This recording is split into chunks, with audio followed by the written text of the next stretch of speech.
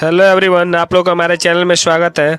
अगर आप हमारे चैनल में नया हो तो प्लीज़ चैनल को लाइक और सब्सक्राइब कर लीजिएगा और बेल आइकन को क्लिक कर दीजिएगा ताकि मैं कोई भी वीडियो अपलोड करूं तो नोटिफिकेशन सबसे पहले आप लोग के पास जाए। दोस्तों, ये बल्बो का एक्चुएटर है और ये स्टार्ट नहीं हो रही है। तो चलिए देखते हैं कि क्या इशू है जिसके चलते मशीन स्टार्ट नहीं हो रही है। तो चलिए हम इग्निशन को ऑन कर लेते हैं। देखिए, मैंने इग्निशन को ऑन कर दिया है और सबसे पहले हम सर्विस मोड में जाएंगे और सर्विस मोड को एक्टिवेट करेंगे और सर्विस मोड को एक्टिवेट करके फिर इलेक्ट्रिकल सिस्टम में जाएंगे और चेक करेंगे कि हमारा आई इशू, भी इशू और ई इशू का सप्लाई शो हो रहा है कि नहीं शो हो रहा है। तो देखिए, मैं इलेक्ट्रिकल सिस्टम में आ गया हूँ और आप लोग देख सकते हैं हमारा आई इशू और भी इशू और ई इशू तीनों का सप्लाई शो हो रहा है। यानी सप्लाई का इशू नहीं है हमारे आई इशू, भी इशू और ई इशू में।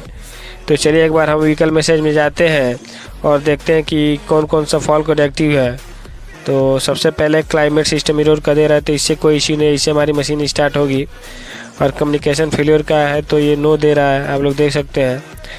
और जो भी सिग्नल है सब नो है, तो इन सब सिग्नल से कोई इश्यू नहीं होगा स्टार्टिंग के लिए, जो भी सिग्नल दे रहा है। तो चलिए हम एक बार क्रैंकिंग करके देख लेते हैं कि जो हमारी मशीन है वो स्टार्ट हो रही है कि नहीं हो रही है। तो एक फॉल्ट कोड एक्टिव है FX 1006। तो ये हमारा oil level and temperature sensor का, इससे कोई इश्यू नहीं है स्टार्टिंग के लिए। ये एक्टिव है बट इससे कोई इश्यू नहीं है स्टार्टिंग का। ये हमारा ऑयल लेवल और टेम्परेचर सेंसर का है। तो चलिए एक बार हम क्रैंकिंग करके देख लेते हैं कि जो हमारी मशीन है वो स्टार्ट हो रही है कि नहीं हो रही है। तो देखिए, मैं क्रैंकिंग कर रहा हूँ लेकिन जो हमारी मशीन है वो स्टार्ट नहीं हो रही है, आप लोग देख सकते हैं। मैं फुल क्रैंकिंग कर रहा हूँ लेकिन जो मेरी मशीन है वो स्टार्ट नहीं हो रही है।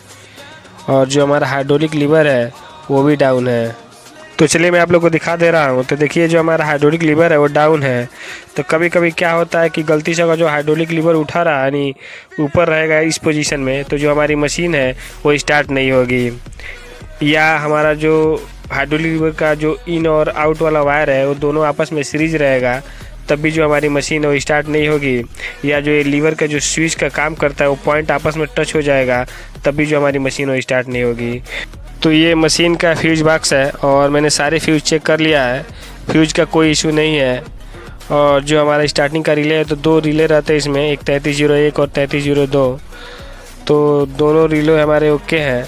और जब हम क्रैंकिंग कर रहे हैं तो यहाँ सप्लाई इन भी हो रहा है और रिलेस आउट भी हो रहा है। चलिए मैं आप लोग को चेक करके दिखा देता हूँ। तो देख सकते हैं हमारा टेस्टिंग लैंप जल रहा है जब हम क्रैंकिंग कर रहे हैं। तो यहाँ तक हमारा जो वायरिंग है ओके है, वायरिंग का कोई इशू नहीं है।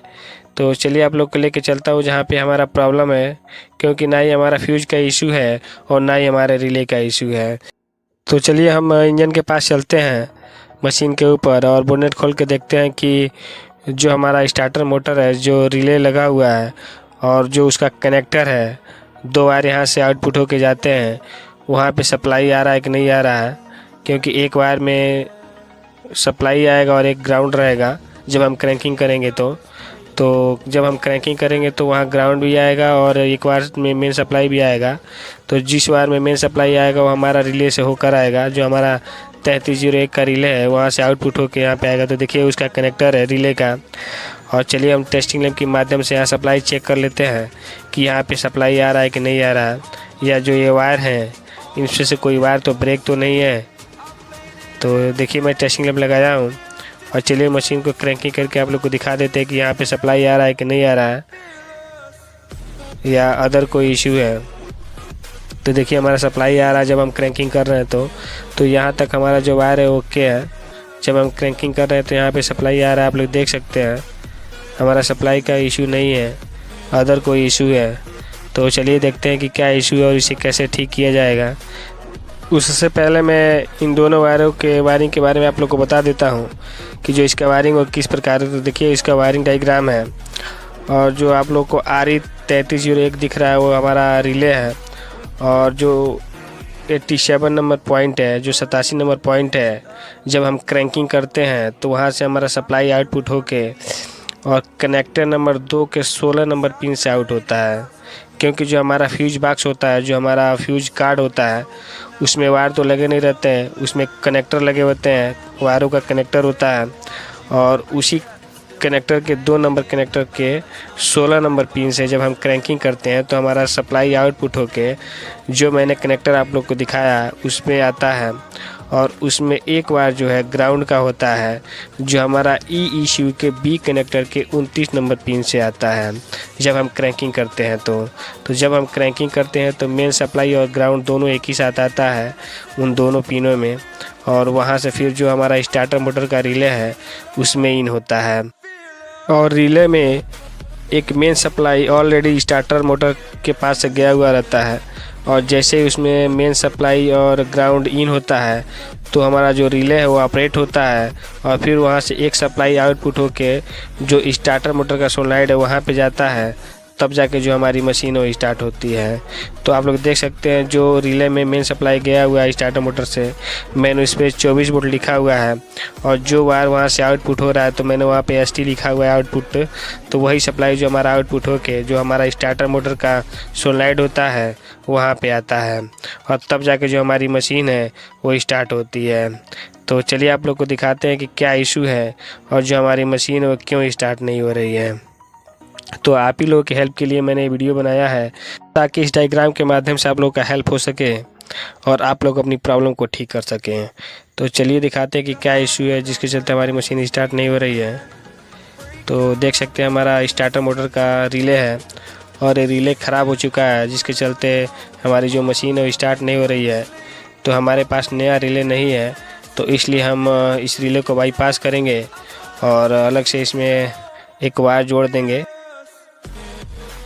तो इन वाले पॉइंट से मैंने वायर का कनेक्शन कर दिया है हमारा स्टार्टर मोटर के सोलनॉइड में, और चलिए आप लोग को स्टार्ट करके दिखाता हूँ कि जो हमारी मशीन है वो स्टार्ट हो रही है कि नहीं हो रही है। तो देखिए मैंने इग्निशन को ऑन कर दिया है, और चलिए एक बार मशीन को स्टार्ट करते हैं।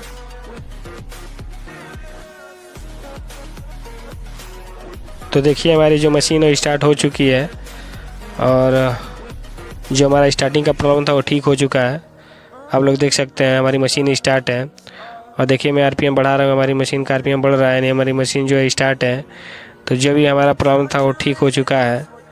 तो उम्मीद करता हूँ दोस्तों कि आप लोग को हमारा वीडियो अच्छा लगा होगा, तो प्लीज़ वीडियो को लाइक और शेयर कर दीजिएगा, और कमेंट बॉक्स में कमेंट जरूर करिएगा कि आप लोग को हमारा वीडियो कैसा लगा, ताकि मैं फिर आप लोग के लिए एक अच्छी सी वीडियो लेके आऊँ और जिससे आप लोग का हेल्प हो। थैंक यू दोस्तों।